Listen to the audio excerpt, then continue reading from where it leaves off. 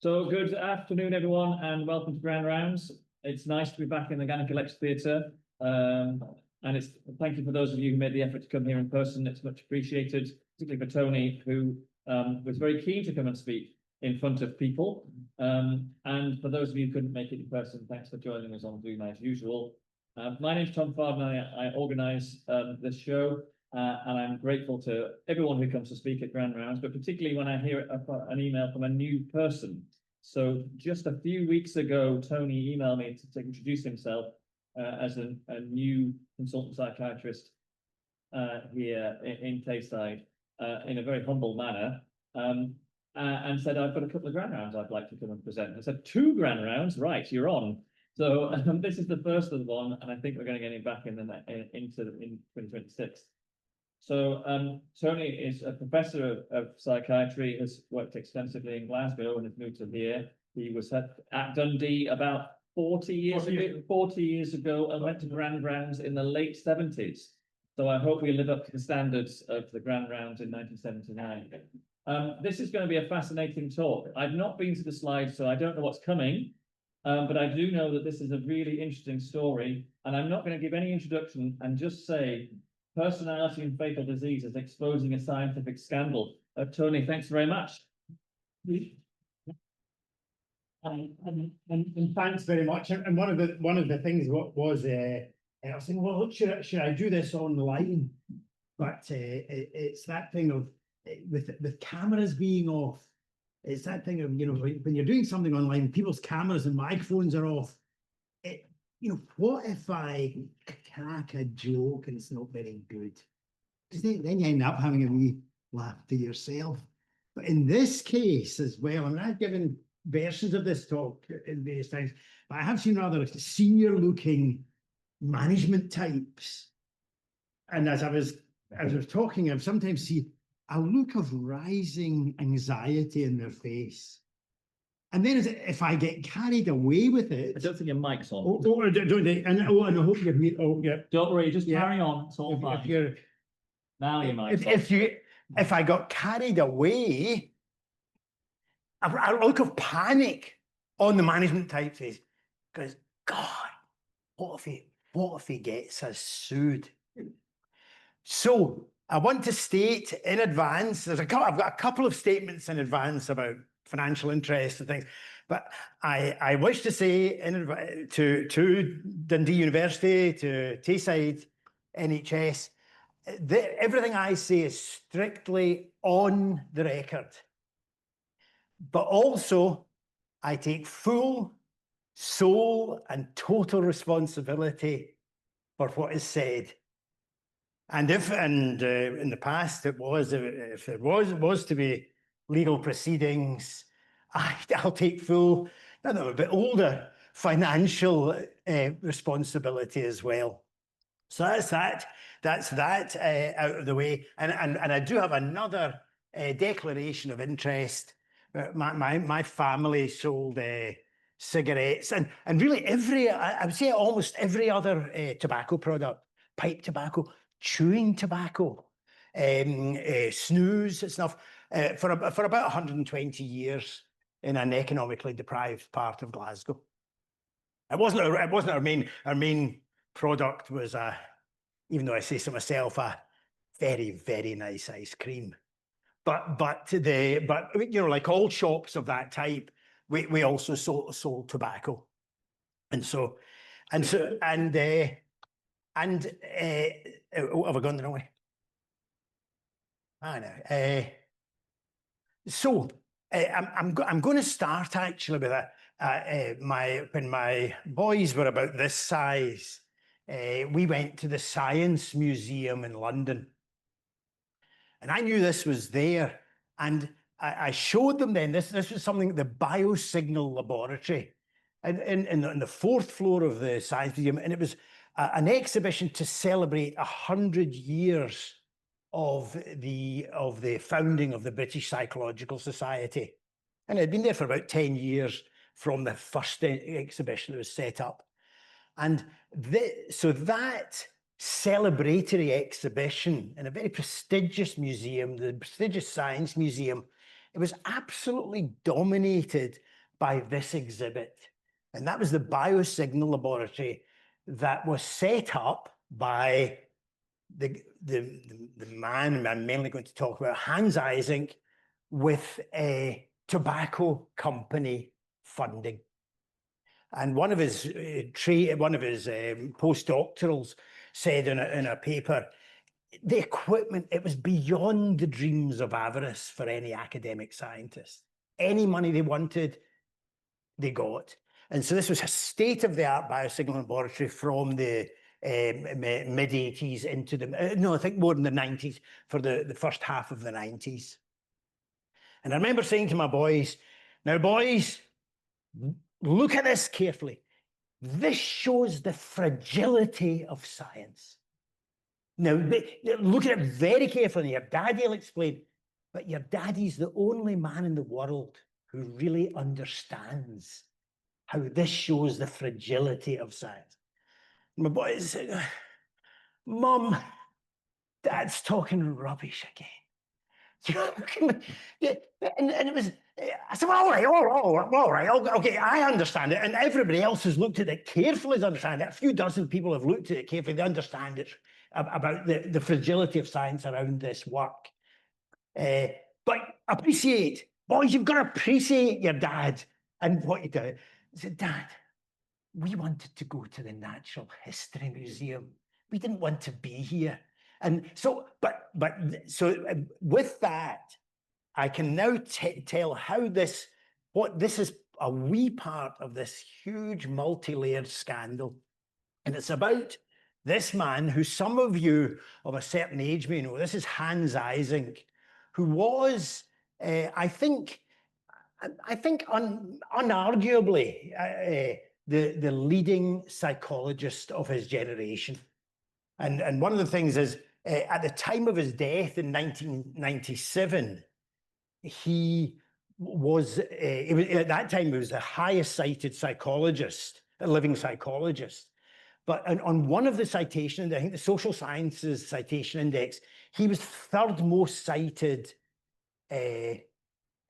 person of all time.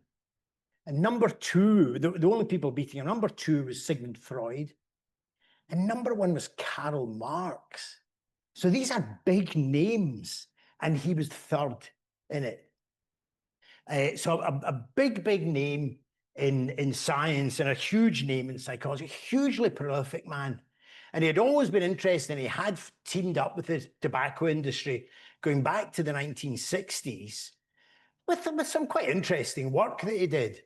But then in the 1980s, he teamed up with this man, a very shadowy figure who was from, I think from Croatia, and he was based in West Germany, a man called Ronald Grossarth Maticek.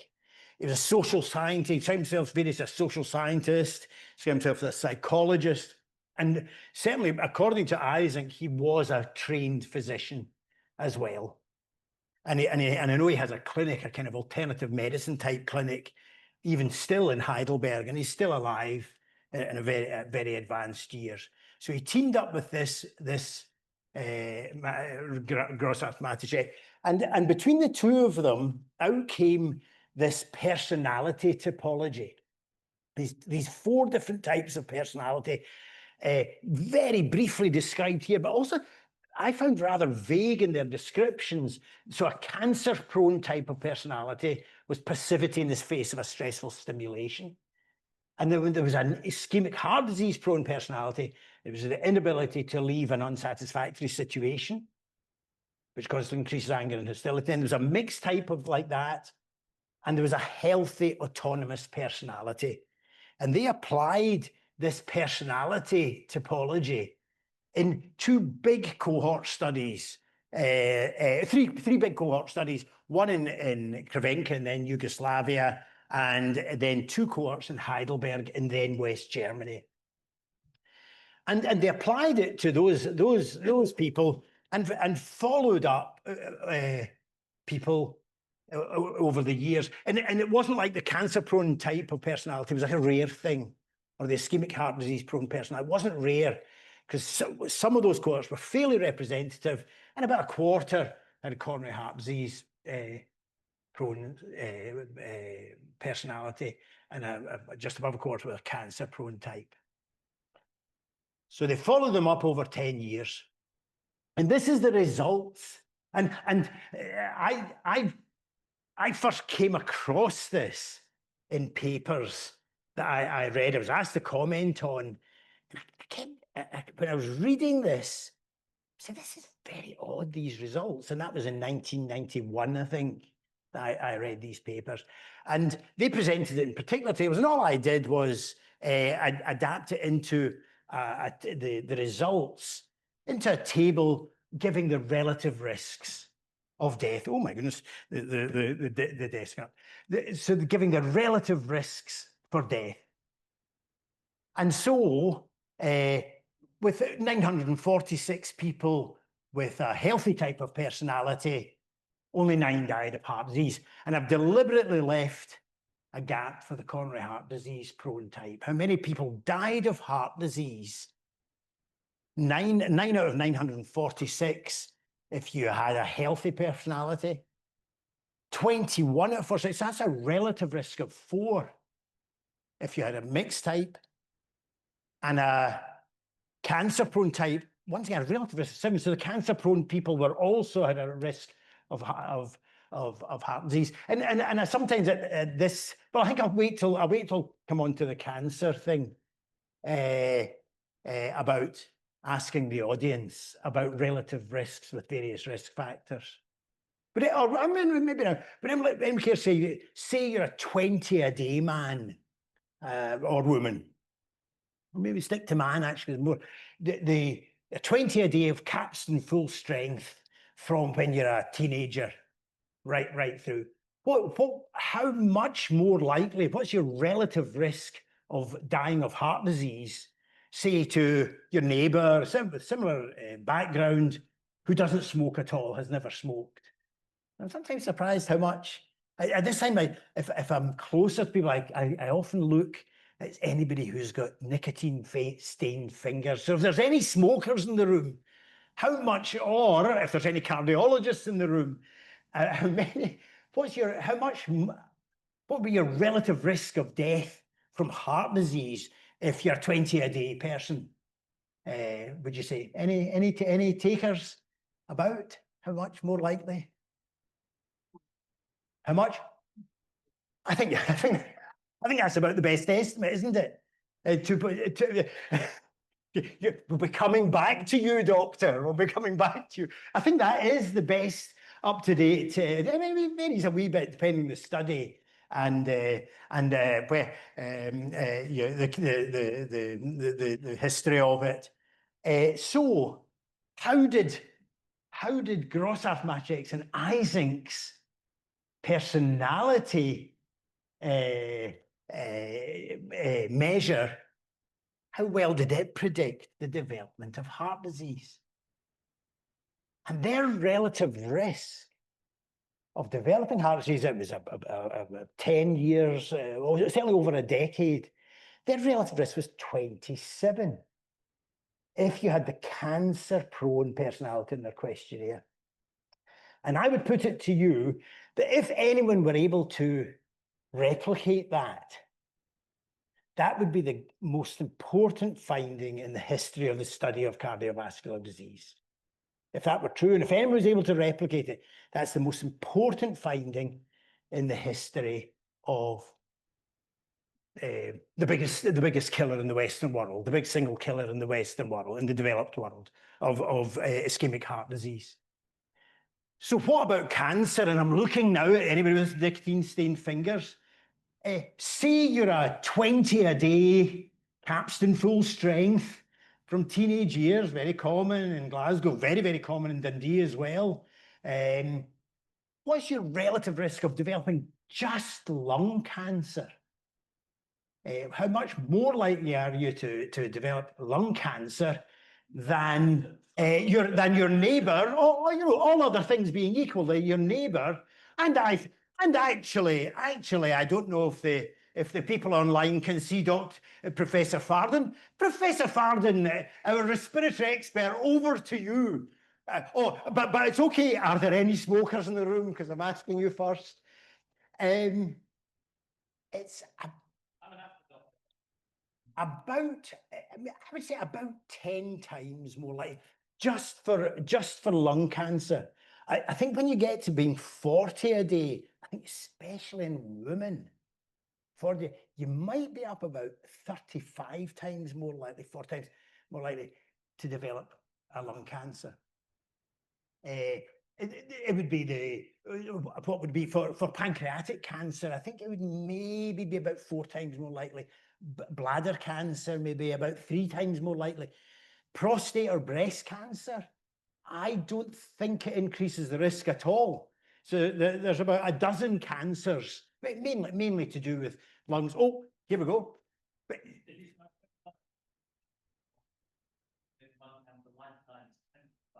25. So there you are, and all you folk online, all you folk online, any of you smoking, put that cigarette out now and turn on your camera. But once again, this was the cancer-prone personality type, and he had big relative risks for coronary heart disease. Now, so here's the result, and this is not, I've not been looking at the lab books, I've not had access to all that. This is published results in a peer-reviewed journal, a prestigious peer-reviewed psychology journal. And here's the results. They were 121 times more likely to develop cancer, and that's not any particular type of cancer. That's all cancers, this heterogeneous condition of cancer. And it was 121 times more likely. Now, I put it to you that if that's true, if that's near true, anywhere near true, and if anyone replicated that, that would be the most important finding, certainly in the history of the study of cancer.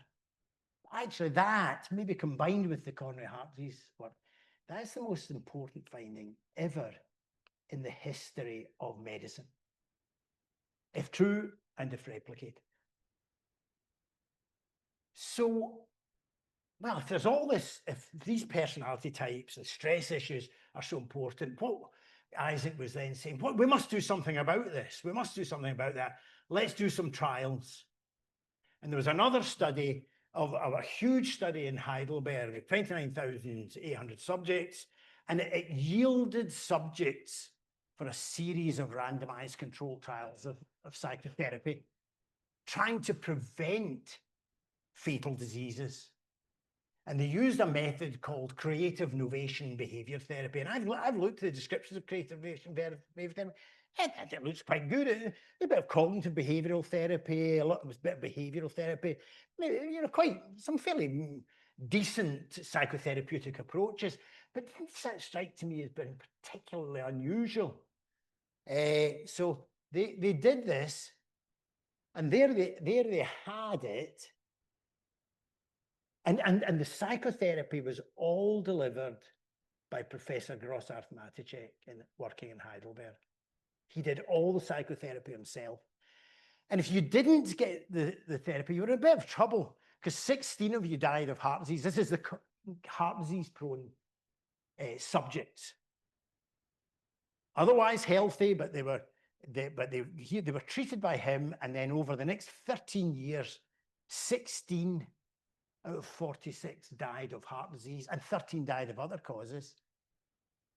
But if you're treated by Grossarth Maticek, you didn't die, or certainly your death rates were drastically reduced. Death of other causes 6, and only 3 out of 46 died of heart disease. If you got psychotherapy from this shadowy figure in Heidelberg. Now, what though about the cancer?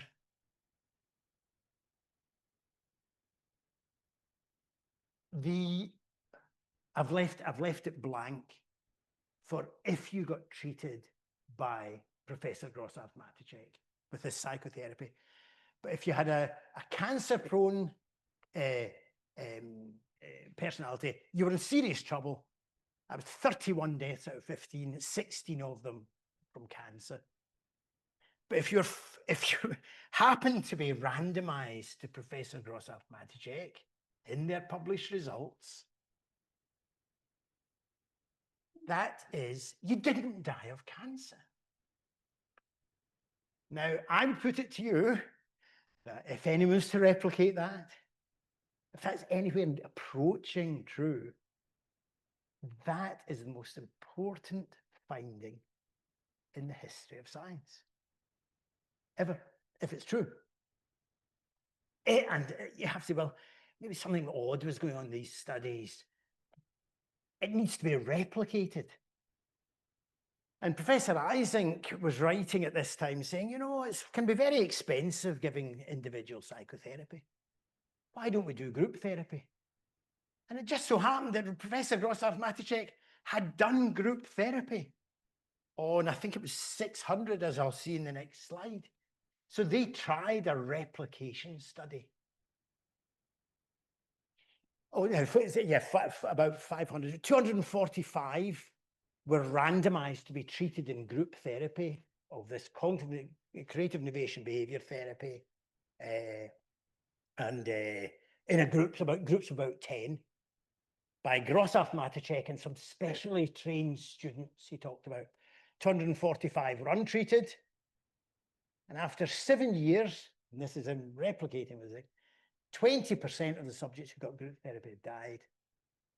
76% of those who did not get the group therapy had died. So the most powerful intervention they're claiming, I think, anywhere, because that's all-cause mortality. So, if this was to be replicated by another group, if this is anywhere near true, I would put it to you, this is the pinnacle of their claiming. Ising and Grossauf-Matichek were claiming in peer-reviewed journals, prestigious psychological journals over many, many papers. They're claiming for themselves the pinnacle of all human achievement. They have defeated cancer. And en passant, have defeated the other major killer in the development. So they are claiming the pinnacle of all human achievement. And I do always think, I always wanted to debate this with Isaac, and I'm sure if I'd said that in front of him, he never debated it with me when he was alive. People said, yeah, yeah, very good, it needs to be replicated. And he would publish this, it needs to be replicated. It's up to you all to replicate it. So the pinnacle of all human achievement. But that's not all. They claimed more. Because, oh, I don't know. Click the mouse, right? All right. I think I pressed the wrong button there. So there we are. So what they did was they said, well, it's expensive to give group therapy. Let's try giving bibliotherapy. And so they introduced this thing of a pamphlet, and that's their word, a pamphlet on creative innovation behavior therapy with 5 hours individualized discussion. And they did a randomized trial of 1,200 people. And I remember when I described that, when I was publishing on this, I described it as a wee pamphlet. And I remember one of the referees said, I use the word we in a scientific journal. Use the word we. You could be meager, or you could use.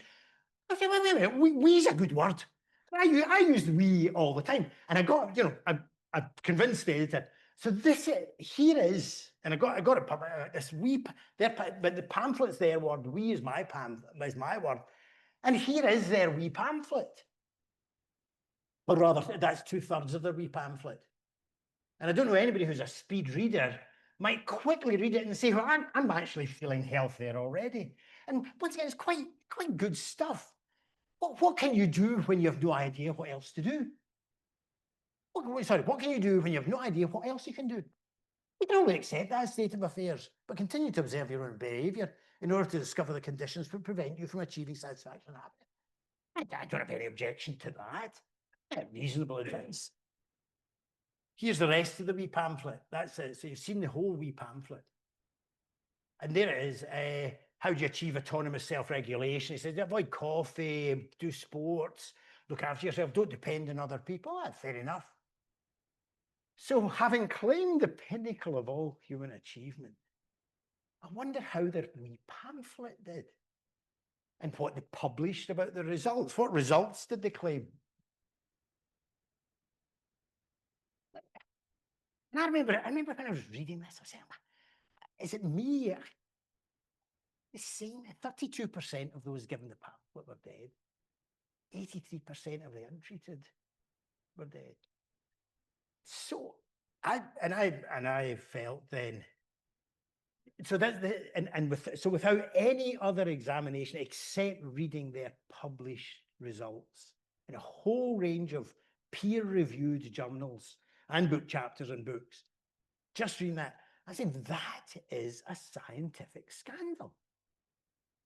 That is, that is not true. And I remember then, it's more, and I'll come back to the words that I wanted then to use about it. But there was also a terrible ethical scandal. As I looked further into this terrible ethical scandal. And it was in this paper in Behaviour Research and Therapy. It's a journal that was founded by Professor Isaac, and he had been the editor of it. Changes in degree of sclerosis as a function of prophylactic treatment in cancer-prone and coronary heart disease-prone subjects. And they were saying, well, if we're making all this difference to people's blood vessels and they're not getting ischemic heart disease, what can we do here? We said, we can look, of course, they teamed up with an ophthalmologist. We can look at the back of their eye and see what their arteries look like. Actually, that's just an extra slide there that I've put in. They're actually, I don't know if any medical, they're my retinas. They're mine. And I think I put it in just to see if there was any ophthalmologists in the audience. Maybe, does it look okay? I thought it looked okay. As I said to my wife, I think that's my best feature, actually. For a man of my age, that's a fine. But here's a better, So they looked at the people's retinas, and they found and they start then describing in great detail the features of hypertension for their audience, describing in great detail. And there we are with blurring of the disc margins, extension of the retina, so very serious. And those appearances were present in 41 of their subjects. In this, and it was within a trial. Well, what did they do? It was within a trial. 41 had the appearances of malignant hypertension, and 41 had a mixture of those appearances, and then absolute stage 4 hypertension. Very, very detailed description. And the 41 were identified with malignant hypertension. Their mean blood pressure was 207. And what did they do? Did they refer them to their doctor? Did they start an antihypertensive medication? No, they put them in a trial of individual psychotherapy. And a year later, 51 participants with those findings in their eyes, their systolic blood pressure had gone up. 13 years later, one had died of cancer, but 43 had died of other causes. And I drew that to the attention of the British Psychological Society, saying, well, someone will look at that at least. If I can't get people to look at their data, at least they'll say, well, they describe an unethical experiment, a clinically negligent experiment. As it happens, I don't believe it for a minute. I don't believe, for various reasons. I think it was just completely made up. It just did not happen. How could they have found 51 people in Heidelberg with a malignant hypertension just at the start of a trial? But it was described there in black and white in Isaac's journals. So a colleague and I wrote to the British Medical, submitted an article to the British Medical Journal about this. And I don't, once again, people of a certain age will remember a very colourful editor at the time, Richard Smith. And I got the impression Richard Smith was sitting there salivating over it. saying this is great. And especially some of the language that I was trying to get into it to say what was going on here. I was trying to be honest. But they sent it to the lawyers, and the lawyer went over it with a fine-tooth comb. And it was amazing getting this thing back with a blue pencil about changes required. And it's just, the language was just lovely. And I remember thinking to myself, well, people might think I can write like this. And actually, Lewis was a brilliant writer, actually, but they might think I can write this. But what the lawyers were able to do with these crisp sentences, say that this was, well, I'm going to use the word fraudulent, not say it. And you had to read the line so that no one could get sued. And we published this in the British Medical Journal. There was a lot of interest. A chap from Holland wrote in, actually with more serious allegations than even we were making. Isaac just replied. Isaac just toughed it out. Said, no, you're clearly motivated for political reasons. That's why you're criticizing me, you know, and toughed it out. And we replied, and Isaac had a reputation for always never giving in an argument, but he didn't reply to our reply to him. And I was then saying, well, that's it. This is going to lead to a scandal, and these things are going to get retracted. And kind of nothing happened. A couple of journalists took an interest. I think it was because the way the lawyers had framed it, it could still be that, you know, experts disagree in very, very vigorous disagreements about this, and nothing kind of happened. So I just want to flick through this multi-layered scientific scandal that I've been then examining. We published that, I think that was 92, the original paper. And the multi-layered scandal, Eisen, Grossarth-Maché gave their addresses the Institute of Psychiatry. And I spoke with the Institute of Psychiatry, and Lewis Hathaway especially spoke with them. But I published things saying, you have to conduct an inquiry. But they washed their hands of it. They wouldn't do it. I made a formal written complaint to the British Psychological Society about the scientific flaws in the grossly unethical treatment trial, a criminal negligent treatment trial, if it had been true. And they said further investigation not appropriate.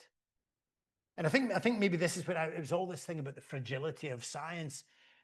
They were widely cited in the scientific and non-scientific literature, including uncritical citations in undergraduate psychology textbooks.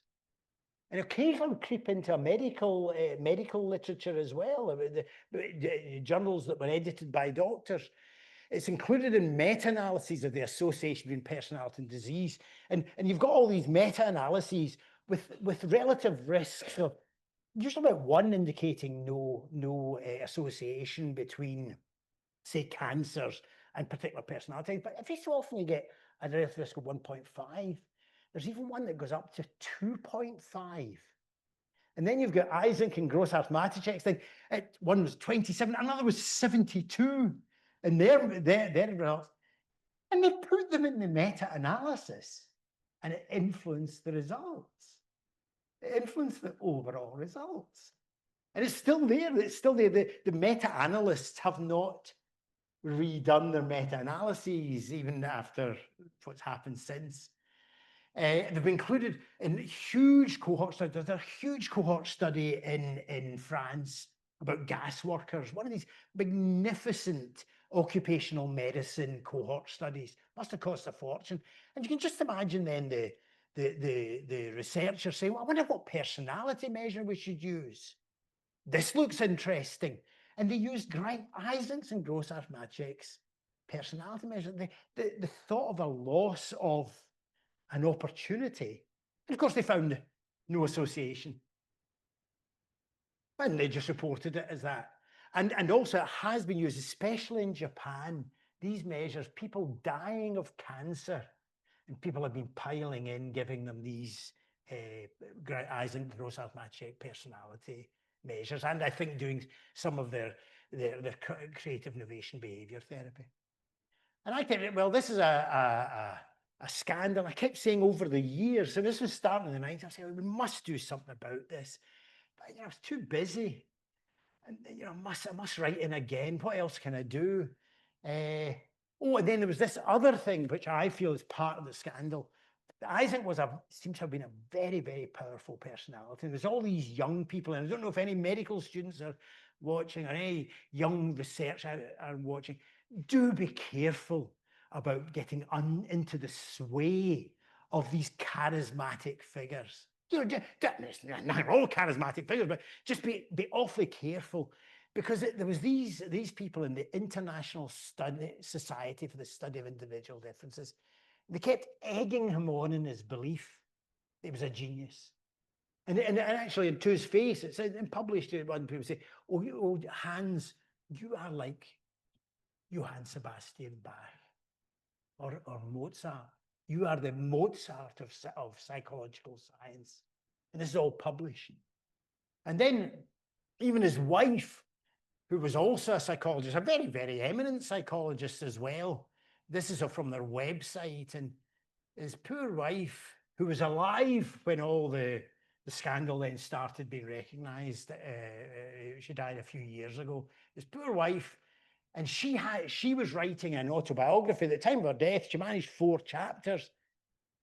And the title of her autobiography was I Married a Genius. And I remember, and my wife had been suffering me over the years. And I remember saying to Karen, and she's from Dundee, actually, my wife's from Dundee. I met her when I was working here. And I was like, Karen, look at this. Is that not tragedy? There she is, symbolising. She's saying, I married a genius.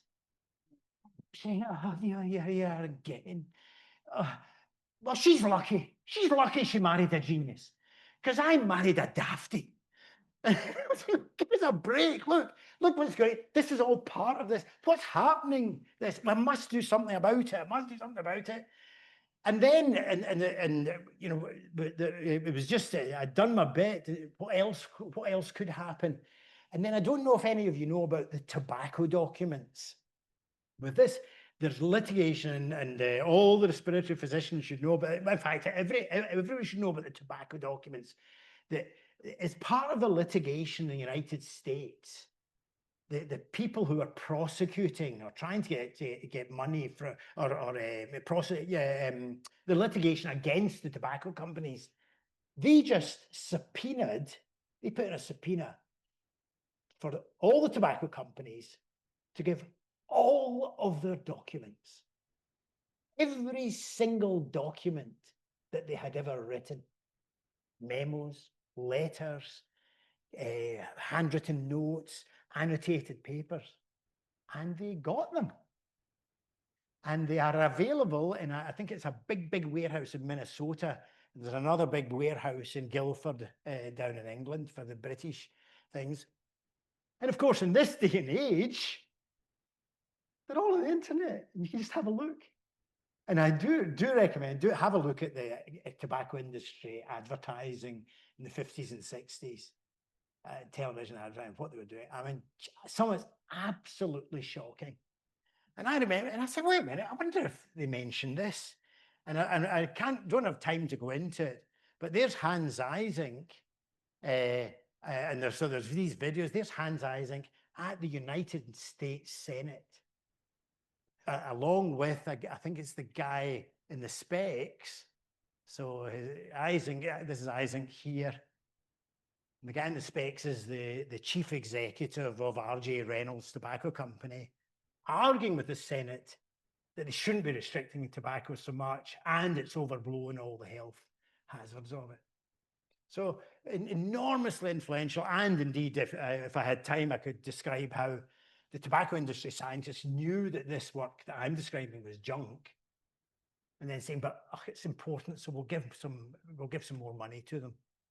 So I mean, if I had time, and it's in the paper, so I said, I must do something about this, but never had the time. And I always meant to do it, but I knew then a historian was coming out with it, and here's Playing with Fire, his autobiography, and I remember I saw it in a bookshop window, And I went on, but I didn't, the bookshop was closed. And there in the table of contents was smoking, cancer, and the F word. And I say, at last, I was never successful in getting the F word used, the fraud word used in print. But at last it's there, and it still is there, the thing. And so I got the book the next morning. I rushed out and got the book from the bookshop and flicking through. And it had been changed by the lawyers to smoking, cancer, and the final frontier. And they had forced Rod Buchanan to change it. So I'm just a few more developments then. And the other final development was that there was going to be a special issue of personality and individual differences. Another journal that Isaac founded, and he was its original editor, and his wife was its second editor, and another journal, and they were doing a special issue on Hans Isaac. And the guest editor wrote to me or emailed me saying, would you like to write an article for it? And I do have an email somewhere saying, are you sure you really want me to contribute to a celebration of Hans Isaac's centenary? And I mean, this is the thing about fragility of science. He knew about this, but he thought it was, it's experts disagree. This is a big scientific controversy. And he said, oh, no, go ahead. So I wrote this article. And the poor man, the poor man, the editor, the guest editor, because the emails he sent to me, I think he annotated one of the manuscripts, and as I was describing, he said, well, that could happen. Well, you're overstating that. And then I think I came to the eyes thing and the retina thing, and I think he annotated, oh, Christ. And so I put in this manuscript. It ended up getting 9 referees' reports, 7 of them very positive. One was saying just reject it. But the main thing, they sent it to the lawyers. And there was pages and pages of changes that they wanted. Most of which I did, but they were going about the tone of this isn't right. It's not scientific. And they wanted it much more gentle. And the poor guest editor tried to rewrite it. As I point out to him, I would have chewed off my arm before I would have put my name to what he did, because it came across then as this is a big scientific controversy and experts disagree. But we went back and forward, and I made changes. I did lower down the tone a bit, and the guest editor accepted it. And there were the proofs. And I remember I went to my wife, who'd been telling me, Tony, you will never get this stuff published. There is the journals will not do this. And I went to my wife, and actually, to be honest, they were the proofs, and I corrected the proofs. And actually, I do remember, I felt a bit emotional after all this work and all this time. And I did it. And there's the proofs there. I paid 2,500 euros to make it open access. They took check. And then it was spiked by the editor. It got spiked. Said, we're not publishing it, even though the abstracts were done. And I then submitted my manuscript. I think in the end that was something like, I think it was a total of 13 journals to get this published. And I said, and my wife in the meantime from Dundee said, I told you. Why are you wasting your time in this? And eventually I went to the Journal of Health Psychology, and it was a guy, David Marks, and another of these editors. And he was saying, oh, this is so important. And I finally got it published. But the difference this time is that David Marks kind of knew what to do. And David Marks wrote an accompanying editorial and sent it to King's College London, which was the parent university of Isaac, saying you have to do something about this. And it was an open letter, an open published letter to the university. And they did an inquiry then, eventually, May 2019. And thank God, that was the original paper I had read about this, that and another one. Thank God that they started then, the retractions started coming in. I'm looking at the time. The traction started coming in, and thank God the one about the malignant hypertension patients, it's also been retracted. And so far, it's up to and Isaac's acolytes. And once again, this is on the record. Isaac's acolytes, who I know I'm in first name terms now with one or two of them, but they have refused to accept the recommendation from the university to retract the papers. There's two, I think, or three in personality and individual differences. Isaac's main journal. A journal for race science. They've refused to withdraw and say, we're waiting to see if there's more data. So they're refusing to give in. And they've only done an expression of concern. And then his biographer, Rod Buchanan, said, well, wait a minute, the King's College recommended 26 papers should be retracted. That's by far an underestimate. He's estimating it should be about 85 articles, book chapters, and a book should be retracted, and which would make Isaac, if that, and indeed there's been an update. This is straight off the press. I think you're now the only other people outside King's and a couple of journalists who know about this.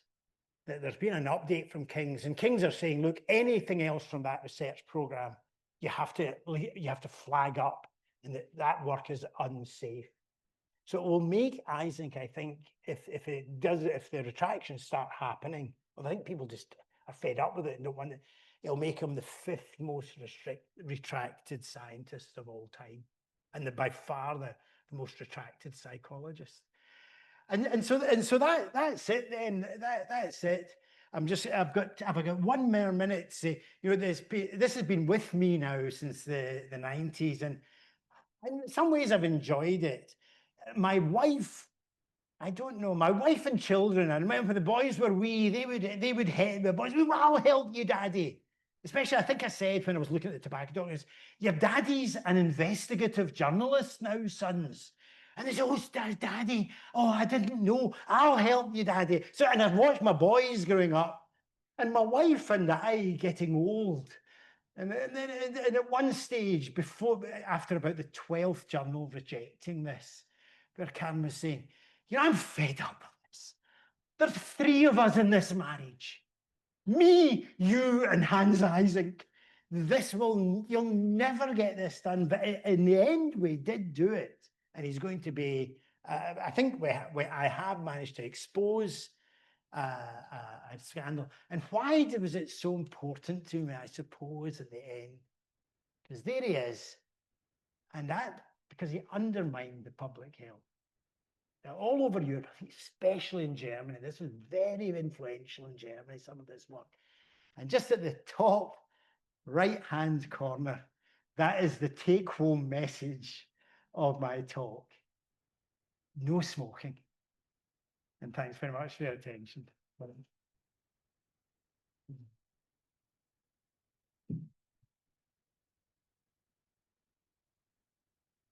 don't really know what to say. It's pretty astonishing. It's absolutely amazing. Yeah. That's 30 years of your life. Well, I mean, I was doing other things. Oh, I'm having babies. But even I don't know if you read the release from King's there. If you scan through it, it does say in one of the bottom paragraphs, due to the efforts of Professor Pelosi. I mean, they are acknowledging that you are the man who revealed all this. Yes. And but for you, then it would still be in the literature. And it might have, once again, other historians might have come along and say, now look, it has to be tidied up. But this is an example where science has not been self-correcting.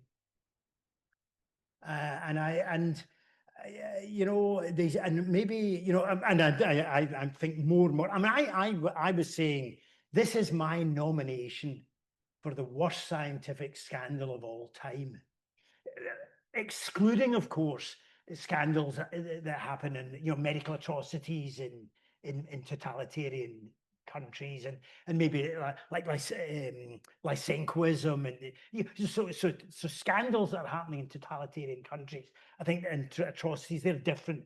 But if you exclude them, this was my nomination for the worst scientific scandal of all time. My fear is that it's actually going to be overtaken, even in my eyes, to be honest, by Andrew Wakefield as MRMR start, when we start seeing now more and more measles outbreaks. It'll be a shame, because that was my suggestion as the worst. But how could you? It's like comparing apples and oranges as well. But it is a shocking scientific scandal, and it does raise big questions about the fragility of science.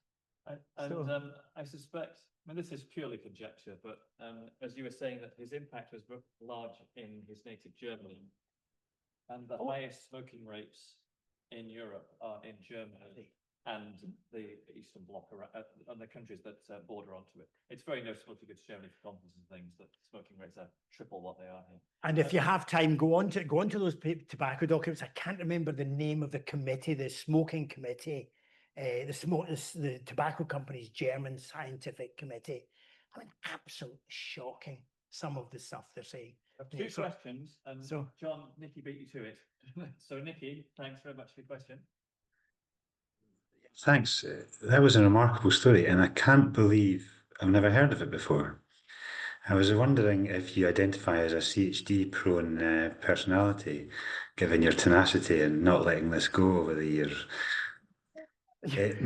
My question, though, was more about the personal cost. You alluded to it at the end, and I think nowadays this kind of quest, if you like, is thwarted by people putting their head above the parapet, and then if there's a big pile on through social media, and people are reluctant to put their face out there. I'm wondering if you've had any negative consequences on your career in terms of this work. Yeah, and I've been asked about that a lot, and I've certainly had warnings over the years. But you're going, be awfully careful. If you say the wrong word, if you go beyond what the lawyers have allowed in the BMJ, you could find yourself being sued. And Gross Arithmaticek has said several times that he's taking legal action against me. And when I was young, I mean, the thought of being sued, well, no, I didn't have the money. But also, I didn't have the time. It's the time involved. And one of the journals who rejected my paper said, we would take this on, but we don't have the resources for this. And he didn't mean the financial resources. Well, that was part of it. We don't have the time. If we get sued for this will dominate our lives. So that was one of the reasons for things. So I've had that worry. But my career has been a bit unusual. In the sense that I've ended up really, what would the word be? What would the word be? I went off on a different track and was very much able to be my own man. You've ended up in Tayside. Now, so to my knowledge, it hasn't affected my career, and in this later stages. I did say then, as I got older, I was saying, bring it on, Gross Arithmetic. I would like to be sued now, because I've got a few bob in the bank now. But more importantly, my niece is a lawyer. That's fun. That could be fun. That could be fun. But it's never happened. But really, it hasn't affected my career. But I suspect the psychologists who were aware of just how bad some of this was, they were not in a position to join in with me at all. They could have destroyed their careers with something like this. We'll move on to the question from the floor, John. As a medical student in 1980, psychology course, I think John,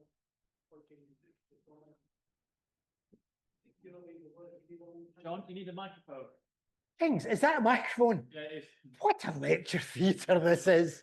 I'll tell you, they never had that in the lecture theatre in the 1980s. And then, all Not in any lecture theatre. I was in the 1980s either. So second year psychology in medical school, I think dominated things, particularly his work about intelligence questing and the racial differences that Black Americans were second-class citizens, Italians, Spanish, and Croatians were all second-class citizens because of lower IQ, with tiny IQ differences that were the same as between twins. And that was, it was even at that stage we knew that was rubbish and incorrect. But I wasn't aware so much of his other stuff. and not only, it wasn't just Italians, it was Southern Italians. Yeah. I said, wait a minute, that's my grandma and Yeah. grandpa. That was Southern Italians.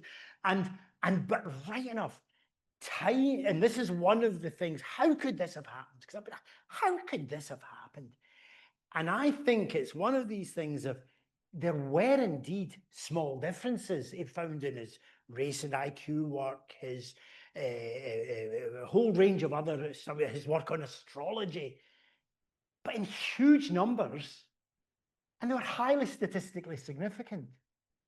And I think that Ising, and this is on the record, I think the entire International Society for the Study of Individual Differences, and this is on the record, they don't really understand the difference between statistical significance and effect size. And it pollutes all the thinking. So when he argues with me saying, oh, I've found a replication of Mayan gross arithmetic's work, and somebody's found right enough a relative risk of 1.5 for a particular personality type in heart disease. Say, oh, that's a replication, it's highly statistically significant. And it's polluted their mind. To be honest, I think Ising, even though he's considered a towering, I think he was a moron. I've got to be honest. I think if you start reading his papers carefully, a very, very highly articulate moron. And I'm afraid there's a whole group of his acolytes, a lot of them highly selected, terrible thing to say, racists as well, who've come along, and they do find statistical significant differences in their studies. They're very controversial studies. They don't understand the difference between statistical significance and effect size. So they cause all this chaos, actually, and political chaos as well. And I'll tell you, there is a big political movement coming up, and they're drawing on that work. They call themselves, the race realists are coming along, where I'm leaving behind the stuff that I'm an expert on, but the race realists, it's all coming along. Watch this space, and be afraid. Be very afraid with what's happening in science. It's certain aspects of science just now. Don't be too afraid. The meeting's coming to a conclusion. We are slightly over, but I think it's well worth staying a little longer. So that's done the first of his two talks I was going to give. So how does he follow up on that? I'm not sure. But I think we should just give our appreciation to Prof Tony Pelosi. Thank you. Thanks very much. Thank you. Thanks to those that have joined online. Thanks to you who came in here and stayed until the end. Next week is Black History Month, and we, as we often have for the last few years, our students are going to be presenting, and they're organising the whole thing. I'm in China, so I'm looking at Sarah Alstaff to guest to chair the Grand Rounds next week. There she goes. That's the approval. So Sarah will join you next week to chair Grand Rounds in the Gannical Lecture Theatre with our students who are going to speak about Black History Month. So please do come along and encourage your colleagues and friends. Thank you again, and we'll see you again in 3 weeks' time. Thank you so much.